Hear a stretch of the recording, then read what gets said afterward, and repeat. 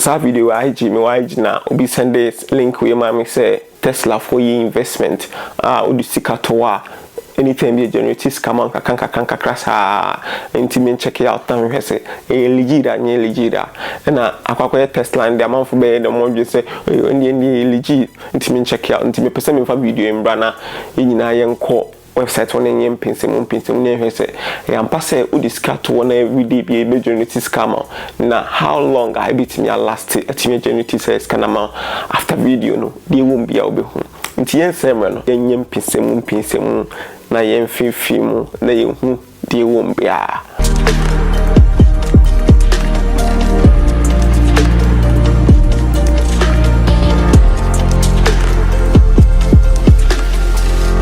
today find say my website me person me register account my no account e be a number phone number no betime bo phone number bi ade ahya ha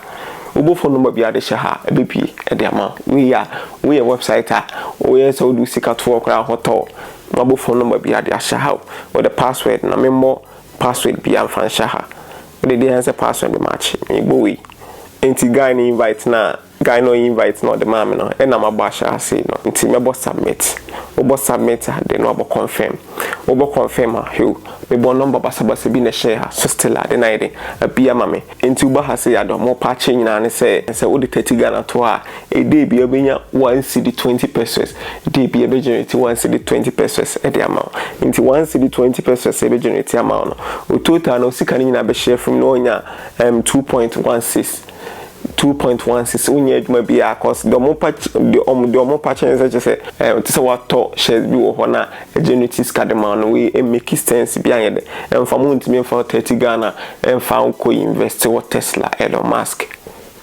the power whisker the whole world you know the whisker guy back on whisker no do TeslaGHA na koto to shares wo supercharging station it make sense see I dey we know obi and so the two teams say when invest you sika e wo ha say ya